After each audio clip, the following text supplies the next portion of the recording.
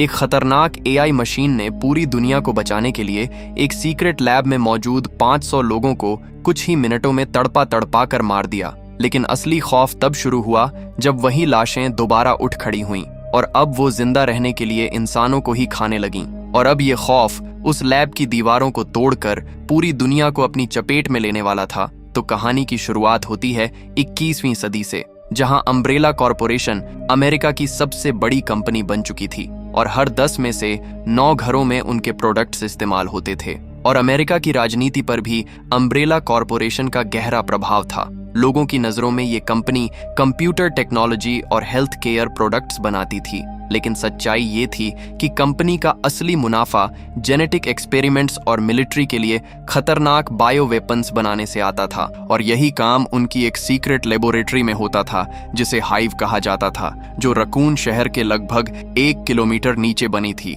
जहां 500 से ज्यादा लोग काम करते थे और वहीं रहते थे। लेकिन फिर एक दिन हाइव की लैब में एक अनजान शख्स कुछ केमिकल्स को सावधानी से एक बॉक्स में रख लेता है और फिर अचानक वो नीले रंग के केमिकल्स की शीशी वहीं तोड़कर तुरंत वहां से भाग जाता है। और कुछ ही सेकंड में वो केमिकल गैस बनकर वेंटिलेशन के जरिए पूरे हाइव में फैल जाती है। और जैसे ही ये गैस कुत्तों वाले कमरे तक पहुंचती है तो वे पागलों की तरह भौंकने लगते हैं। और उसी समय लैब के कैमरे खतरे को पहचान लेते हैं और पूरा सिस्टम अलर्ट हो जाता है। फिर अचानक पूरे हाइव में फायर अलार्म बज उठता है और सारे दरवाजे लॉक हो जाते हैं, जिससे जो भी जहां खड़ा था वहीं फंस जाता है। इसके तुरंत बाद उस लैब में पानी भरना शुरू हो जाता है और कुछ ही देर में पूरा कमरा डूब जाता है और अंदर मौजूद सारे साइंटिस्ट मर जाते हैं। और दूसरी तरफ पूरे हाइव में जहरीली गैस भर दी जाती है, जिससे सैकड़ों लोग तड़प तड़प कर मर जाते हैं और कुछ ही मिनटों में पूरा हाइव एक कब्रिस्तान बन जाता है। इस हादसे के कुछ घंटे बाद रकून शहर के पास एक सुनसान बंगले में एलिस नाम की लड़की बेहोशी से जागती है और उसे कुछ भी याद नहीं होता कि वो कौन है और यहाँ कैसे आई। फिर वो आईने में खुद को देखती है और अपने शरीर पर चोट के निशान देखकर घबरा जाती है। लेकिन कमरे से बाहर आते ही उसे एक आदमी के साथ अपनी तस्वीर दिखाई देती है, जिससे उसे लगता है कि शायद वो उसका पति होगा, लेकिन उसे कुछ भी याद नहीं आता। तभी उसे बाहर से आवाज सुनाई देती है और वो डरते हुए दरवाजे तक जाती है, लेकिन वहां कोई नहीं था। और अचानक एक आदमी उसे अंदर खींचकर जबरदस्ती अपने साथ ले जाने लगता है। लेकिन तभी खिड़कियां तोड़कर हथियारबंद सोल्जर्स अंदर घुस आते हैं और उस आदमी को पकड़कर हथकड़ी लगा देते हैं। मैट खुद को पुलिस ऑफिसर बताता है, लेकिन जब उसका रिकॉर्ड चेक किया जाता है तो उसका नाम नहीं मिलता, इसलिए उसे कैदी बना लिया जाता है। फिर वहां उनका कमांडर आता है और एलिस से सवाल करता है कि मुझे यहाँ के हालात बताओ, लेकिन वो कुछ भी नहीं बता पाती क्योंकि उसकी याददाश्त जा चुकी थी। और तभी एक सोल्जर बताता है कि कुछ घंटे पहले इस बंगले का डिफेंस सिस्टम एक्टिवेट हो गया था, जिससे बंगले में नर्व गैस फैल गई थी और उसी के असर से एलिस की याददाश्त चली गई। ये सुनकर एलिस पूछती है, आखिर तुम लोग कौन हो और यहाँ क्या हो रहा है? लेकिन कमांडर कुछ नहीं बताता और उन सभी को लेकर बंगले के नीचे बने एक खुफिया रास्ते की तरफ ले जाता है। उस तहखाने के अंदर एक विशाल वेयर हाउस था और वहीं से एक लंबी रेलवे सुरंग निकलती थी, जिसमें जाने के लिए एक ट्रेन तैयार खड़ी थी। फिर सोल्जर्स एलिस और मैट को लेकर उस ट्रेन में बैठते हैं और ट्रेन धीरे धीरे सुरंग के अंदर बढ़ने लगती है।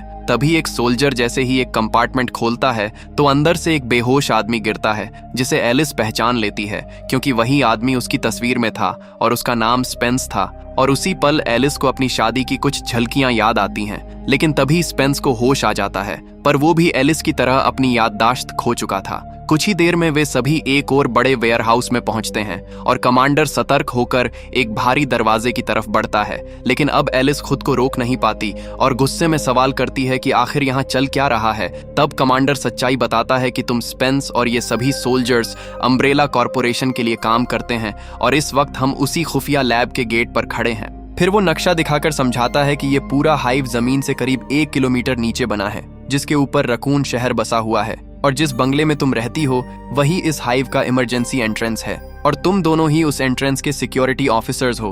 और तुम दोनों की शादी भी नकली है ताकि किसी को शक न हो कि इस बंगले में हाइव का खुफिया रास्ता छुपा हुआ है। ये सुनकर एलिस और भी उलझ जाती है और पूछती है कि आखिर यहाँ हुआ क्या था और हमारी याददाश्त क्यों चली गई। तब कमांडर बताता है कि पूरा हाइव एक advance artificial intelligence red queen से कंट्रोल होता है और उसी के पास सुरक्षा के लिए खतरनाक डिफेंस सिस्टम भी है। और कुछ घंटे पहले किसी वजह से रेड क्वीन ने पूरे हाइव को सील कर दिया और अंदर मौजूद 500 से ज्यादा लोगों को मार डाला और साथ ही बंगले में नर्व गैस छोड़ दी, जिससे एलिस और स्पेंस की याददाश्त चली गई। लेकिन असली कारण किसी को नहीं पता था, इसलिए उनका मिशन सिर्फ रेड क्वीन को बंद करना था। इसके बाद सोल्जर्स हाइव का मेन दरवाजा तोड़ देते हैं और सभी अंदर घुसकर सीधे रेड क्वीन के चेंबर की तरफ बढ़ने लगते हैं, लेकिन उन्हें पता नहीं था कि रेड क्वीन उन्हें पहले ही देख चुकी है। आगे बढ़ते हुए वो मेन लैब तक पहुंचते हैं, जहां पूरा कमरा पानी से भरा था, और तभी पानी में तैरती एक लाश दिखाई देती है, जिसे देखकर सभी घबरा जाते हैं और जल्दी से आगे बढ़ जाते हैं।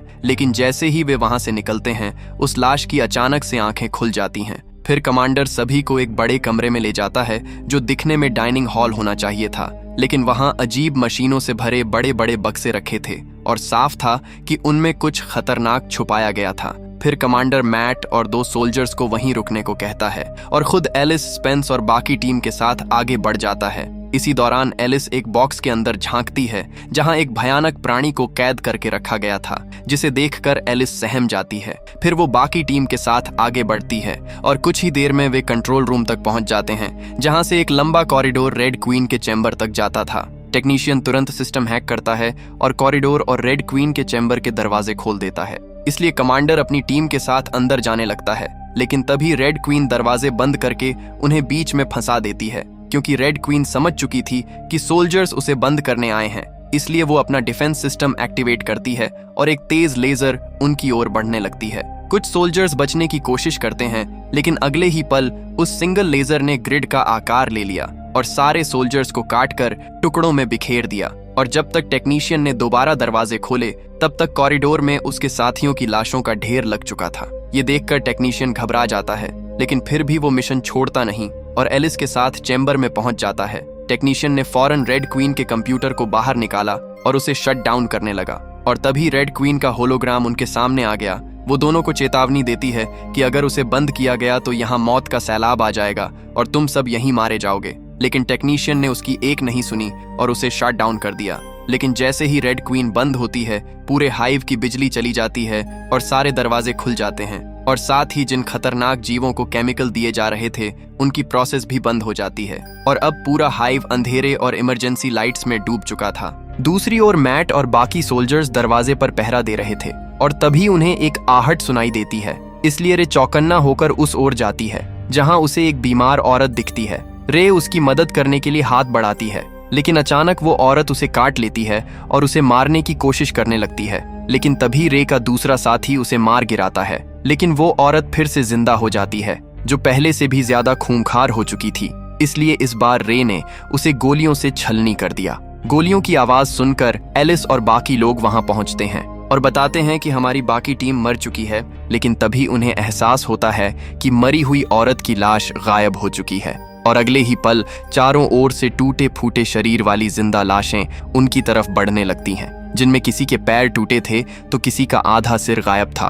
और तभी अचानक उसी खूंखार औरत ने दोबारा रे पर हमला कर दिया, लेकिन इस बार रे ने उसकी गर्दन ही तोड़ दी, जिससे वो औरत दोबारा नहीं उठी। और फिर उन सभी ने जिंदा लाशों पर गोलियां बरसानी शुरू कर दी, लेकिन गोलियां लगने के बावजूद भी वे लोग वापस उठ खड़े हुए और मौत बनकर उनके करीब आने लगे। इसलिए मजबूरी में वो सब भागने लगे। लेकिन इसी दौरान गोलियों से कुछ गैस के बक्से फट गए और धमाके से एलिस और मैट दूर जा गिरे। उस झटके के साथ ही एलिस को अपने अतीत की कुछ झलकियां याद आती हैं, जिसमें वो किसी लड़की के साथ सीक्रेट डील कर रही थी, लेकिन उसे पूरा सच याद नहीं आता।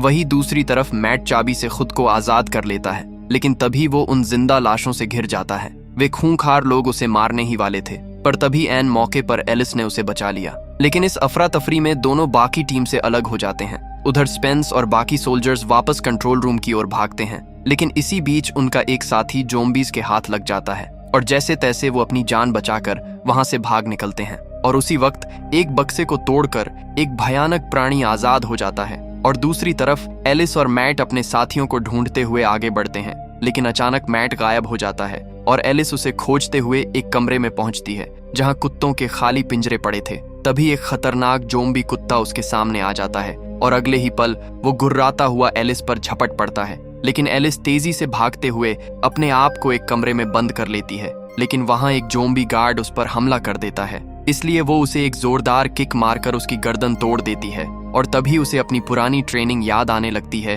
कि वो एक सिक्योरिटी ऑफिसर है। और तभी वो कुत्ता भी कांच तोड़कर अंदर आ जाता है। इसीलिए एलिस उस गार्ड की बंदूक लेकर बाहर से गेट बंद कर देती है, लेकिन वहां का नजारा और भी भयानक था, क्योंकि वहां कई सारे कुत्ते उस पर हमला कर देते हैं। लेकिन वो फुर्ती से उन सभी ज़ॉम्बी कुत्तों को इस दर्दनाक जीवन से आजाद कर देती है।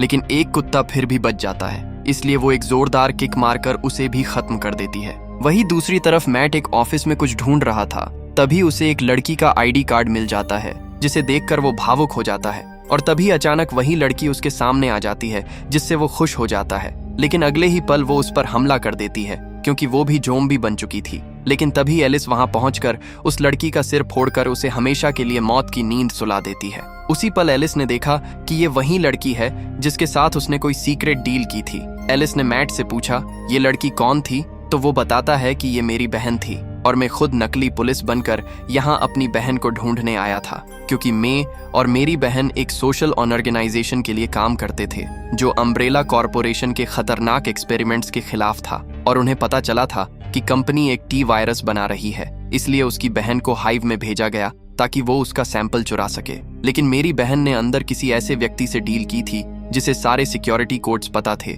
और वही उसे वायरस देने वाला था। लेकिन उसने धोखा दिया और सैंपल खुद रख लिया, क्योंकि वो उसे ब्लैक मार्केट में बेचकर करोड़ों कमाना चाहता था। ये सुनकर एलिस चुप हो जाती है, क्योंकि उसे शक होने लगता है कि कहीं वो खुद ही उस डील का हिस्सा तो नहीं थी। लेकिन उसे कुछ साफ याद नहीं आता। तभी ज़ॉम्बीज फिर से उन पर टूट पड़ते, इसलिए दोनों अपनी जान बचाकर भागते हुए वापस कंट्रोल रूम में पहुंच जाते हैं, जहां बाकी लोग पहले से मौजूद थे। लेकिन अब ये चारों तरफ से घिर चुके थे और स्पेंस कहता है कि हमें मदद आने तक यहीं रुकना चाहिए। लेकिन रे कहती है कि यहाँ कोई मदद नहीं आने वाली है, क्योंकि 1 घंटे बाद पूरा हाइव हमेशा के लिए सील हो जाएगा और अगर उससे पहले हम यहाँ से नहीं निकले तो सब के सब यहीं मर जाएंगे। ये सुनते ही एलिस सीधे रेड क्वीन के पास जाती है, क्योंकि उसे अंदाजा था कि रेड क्वीन को यहाँ से बाहर निकलने का कोई रास्ता जरूर पता होगा। और फिर वो टेक्नीशियन की मदद से उसे दोबारा चालू करती है। और जैसे ही रेड क्वीन एक्टिव होती है, रे उससे सवाल करती है कि ये सब लोग जिंदा कैसे हो रहे हैं। तब रेड क्वीन बताती है कि टी वायरस इंसान के शरीर में मौजूद इलेक्ट्रिकल एक्टिविटी को तेज कर देता है और मर चुके लोगों को फिर से जिंदा कर देता है और वो ज़ॉम्बीज में बदल जाते हैं। लेकिन वो सोच नहीं सकते और सिर्फ अपनी भूख मिटाने के लिए जिंदा इंसानों को खाते हैं। और आज सुबह वही वायरस लीक होकर वेंटिलेशन के जरिए पूरे हाइव में फैल गया था, जिससे यहाँ मौजूद सारे लोग इस वायरस से संक्रमित हो गए थे। इसलिए मैंने उन सभी को मार दिया ताकि ये वायरस उनके जरिए हाइव से बाहर ना जा सके। लेकिन इस टी वायरस ने उन मरे हुए लोगों को वापस जिंदा करके ज़ॉम्बी बना दिया। फिर रे ने पूछा कि उन ज़ॉम्बीज को कैसे मारा जा सकता है। इस पर रेड क्वीन ने बताया कि इनके दिमाग को नष्ट करके या गर्दन तोड़कर ही इन्हें खत्म किया जा सकता है। लेकिन अगर इस वायरस से इन्फेक्टेड ज़ॉम्बीज ने किसी को काट लिया या खरोंच दिया तो वो भी उसी तरह ज़ॉम्बी बन जाएगा। और मैं जानती हूँ कि तुम्हारी टीम के कुछ लोग पहले ही संक्रमित हो चुके हैं, इसलिए मैं किसी को भी यहाँ से बाहर नहीं जाने दे सकती। ये सुनते ही रे घबरा गई, क्योंकि उसे भी ज़ॉम्बीज ने काट लिया था। लेकिन एलिस गुस्से में रेड क्वीन को धमकाती है कि अगर तुमने हमें यहाँ से निकलने का सुरक्षित रास्ता नहीं बताया तो हम तुम्हें इस रिमोट से हमेशा के लिए बंद कर देंगे। इसलिए मजबूर होकर रेड क्वीन उन्हें एक सुरंग का रास्ता बता देती है। फिर वे सभी सतर्क होकर उस सुरंग में आगे बढ़ते हैं। लेकिन बदकिस्मती से वहां भी ज़ॉम्बीज उनका इंतजार कर रहे थे और वे उन्हें चारों तरफ से घेर लेते हैं। इस बीच रे सभी ज़ॉम्बीज से अकेले मुकाबला करती है और बाकी को सुरक्षित आगे भेज देती है। इसलिए वो किसी तरह अपनी जान बचाने के लिए ऊपर के पाइप पर चढ़ गए और उसी रास्ते से आगे बढ़ने लगे, जिससे बाकी लोग तो सुरक्षित जगह पर पहुंच गए। लेकिन टेक्नीशियन के वहां पहुंचने से पहले ही वो पाइप टूट गई और वो ज़ॉम्बीज के बीच में गिर गया। ज़ॉम्बीज ने उसे धर दबोचा और उसे काटने लगे, लेकिन एलिस गोली चलाकर उसे बचा लेती है और वो किसी तरह फिर से पाइप पर चढ़ जाता है। लेकिन अब वो संक्रमित हो चुका था और बाकी लोगों से दूर भी था, इसलिए वो खुद को मारने का फैसला करता है और बाकी लोगों को आगे बढ़ने को कहता है, क्योंकि उसकी गन में सिर्फ एक ही गोली बची थी। इसलिए मजबूरी में सब उसे छोड़कर आगे बढ़ जाते हैं और गोली की आवाज सुनकर समझते हैं कि उसने खुद को खत्म कर लिया है। पर असल में टेक्नीशियन ने खुद को नहीं बल्कि एक ज़ॉम्बी को शूट किया था और किसी तरह वो ज़ॉम्बीज से बच निकलता है। दूसरी तरफ एलिस और बाकी लोग आगे बढ़ते हैं, जहां रे की हालत तेजी से बिगड़ रही थी और वो इन्फेक्शन के असर से धीरे धीरे ज़ॉम्बी में बदलती जा रही थी। तभी उस लैब को देखकर एलिस को कुछ और बातें याद आती हैं कि साइंटिस्ट ने 2 तरह के केमिकल्स बनाए थे, जिनमें नीले रंग का केमिकल टी वायरस था और हरे रंग का केमिकल एंटी वायरस था। और उसने सबसे कहा कि अगर हमें एंटी वायरस मिल गया तो रे को बचाया जा सकता है। ये सुनकर मैट एलिस से पूछता है कि ये सब तुम्हें कैसे पता।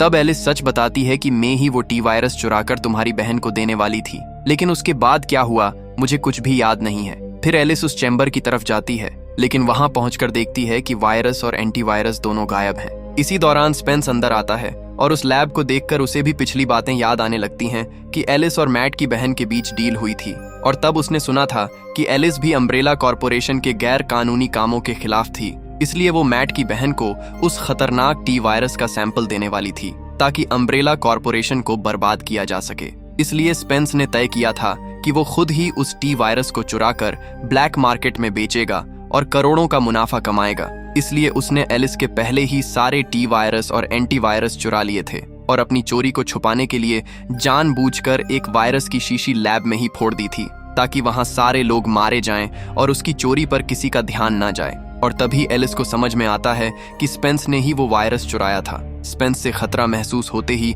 एलिस गन की तरफ बढ़ती है, लेकिन उससे पहले ही स्पेंस ने गन उठाकर उसे एलिस पर तान दिया। स्पेंस ने एलिस को बताया कि मैं जानता हूं कि वायरस और एंटीवायरस इस वक्त कहां हैं, क्योंकि जब मैं उन्हें लेकर भाग रहा था तभी रेड क्वीन ने डिफेंस सिस्टम एक्टिवेट कर दिया था और उस ट्रेन में भी नर्व गैस फैल गई थी जिससे मैं बेहोश हो गया था। स्पेंस ये बता ही रहा था कि तभी पानी से निकलकर एक जॉम्बी बाहर आती है और स्पेंस की गर्दन पर काट लेती है, लेकिन स्पेंस उसे गोली मारकर खत्म कर देता है और बाकी लोगों को उस कमरे में लॉक करके ट्रेन की तरफ भाग गया। ये देखकर एलिस और मैट भयभीत हो गए कि अगर टी वायरस गलत हाथों में लग गया तो पूरी दुनिया खत्म हो सकती है। लेकिन तभी रेड क्वीन कहती है कि ऐसा कभी नहीं होगा और वो उन्हें लाइव फुटेज दिखाती है जिसमें स्पेंस एंटीवायरस तक पहुंच जाता है और खुद को बचाने के लिए जैसे ही एंटीवायरस लेने वाला था कि तभी एक भयानक क्रिएचर ने उस पर हमला कर दिया और उसे नोच नोच कर खाने लगा। ये देखकर एलिस पूछती है कि ये क्या है, तो रेड क्वीन बताती है कि ये हमारा एक असफल प्रयोग का नतीजा है और हम इस प्राणी को लिखकर कहते हैं क्योंकि इसे बनाने के लिए हमने एक इंसान में टी वायरस को इंजेक्ट किया था जिससे वो शुरुआत में एक जॉम्बी में बदल गया था, लेकिन फिर उसे कई सालों तक एक मशीन में रखकर धीरे धीरे विकसित किया गया। लेकिन अब इसने स्पेंस का ताज़ा मांस खाकर उसके डीएनए को सोख लिया है, इसलिए अब ये म्यूटेट होकर और भी ज्यादा ताकतवर और खूंखार हो जाएगा और फिर ये तुम्हें भी मारकर खा जाएगा क्योंकि मैंने इसे तुम्हारे लिए ही बचा कर रखा था। ये सुनते ही उनके अंदर डर की कपकपी सी दौड़ गई और ऊपर से समय भी खत्म हो रहा था क्योंकि सिर्फ 20 मिनट में पूरा हाइव हमेशा के लिए सील होने वाला था और जिस कमरे में वे फंसे थे वो पासवर्ड से ही खुल सकता था। पर जब वे उससे पासवर्ड मांगते हैं तो रेड क्वीन एक शर्त रखती है कि उन्हें रे को मारना होगा क्योंकि उसका इन्फेक्शन इतना ज्यादा बढ़ गया है कि एंटीवायरस भी उसे ठीक नहीं कर पाएगा, इसलिए मैं उसे किसी भी हाल में तुम्हारे साथ बाहर नहीं जाने दूंगी। लेकिन एलिस और मैट ये मानने से इनकार कर देते हैं, पर रे जिद करती है कि मुझे यही मार दो और तुम बाहर निकल जाओ। लेकिन इससे पहले कि एलिस उसे मारती तभी अचानक पूरे हाइव की बिजली चली गई और सारे दरवाजे खुल गए और उसी समय टेक्नीशियन अंदर आया जिसे जिंदा देख वे लोग हैरान रह गए। उसने कहा कि रेड क्वीन कभी दरवाजा नहीं खोलने वाली थी, इसलिए मैंने इस रिमोट से रेड क्वीन को हमेशा के लिए बंद कर दिया।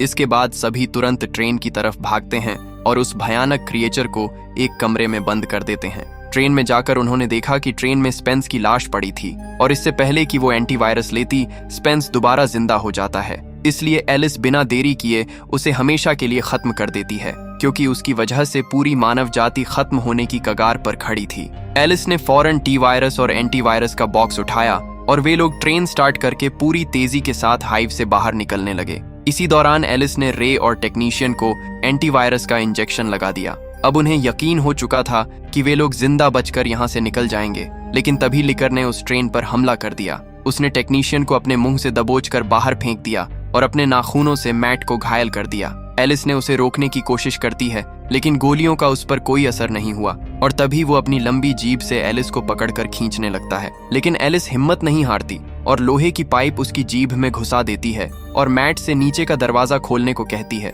लेकिन उसी वक्त रे पूरी तरह से जॉम्बी बन जाती है और वो मैट पर हमला कर देती है, इसलिए मजबूरी में मैट उसे गोली मारकर खत्म कर देता है और उसी झटके में ट्रेन का दरवाजा खुल जाता है जिससे लेकर नीचे गिरकर पटरियों में फंस जाता है और घिसते हुए उसमें आग लग जाती है और वो मर जाता है। और आखिरकार हाइव के दरवाजे बंद होने से कुछ ही सेकंड पहले एलिस और मैट बाहर निकल आते हैं। लेकिन जैसे ही वो बंगले तक पहुंचते हैं मैट की हालत बिगड़ने लगती है क्योंकि लीकर के हमले से वो संक्रमित हो चुका था, इसलिए एलिस उसे एंटीवायरस देने लगती है। लेकिन तभी प्रोटेक्टिव सूट पहने हुए साइंटिस्ट वहां आकर दोनों को पकड़ लेते हैं और फिर वे मैट को स्ट्रेचर पर बांध देते हैं और देखते हैं कि उसका शरीर बदलने लगा है और उसके घावों से अजीब से टेंटिकल्स बाहर निकल रहे हैं। ये देखकर वो फैसला करते हैं कि उसे नए एक्सपेरिमेंट के लिए भेजा जाएगा। जबकि एलिस की जांच करने के लिए वो उसे अपने साथ अम्ब्रेला कॉर्पोरेशन की मेडिकल रिसर्च फैसिलिटी में ले गए, जहां कई हफ्तों बाद एलिस को होश आता है और वो खुद को एक टेबल पर बंधा हुआ पाती है,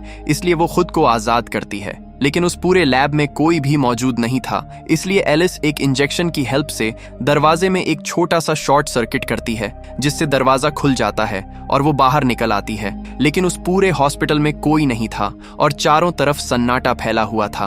और जब एलिस बाहर निकलती है तो उसके सामने मौत से भरी वीरान दुनिया पड़ी थी, जहां टी वायरस ने लगभग पूरी इंसानियत को खत्म कर दिया था और अब इन खंडहर पड़े शहरों पर जॉम्बीज का राज था। इसलिए वो चुपचाप एक शॉटगन उठाती है और इस वीरान हो चुकी दुनिया में जिंदा रहने के लिए वो आगे बढ़ जाती है। और इसी के साथ इस मूवी की कहानी खत्म हो जाती है। लेकिन दोस्तों, अगर आपको इसका अगला पार्ट चाहिए तो वीडियो को लाइक करके कमेंट में नेक्स्ट पार्ट जरूर लिखें।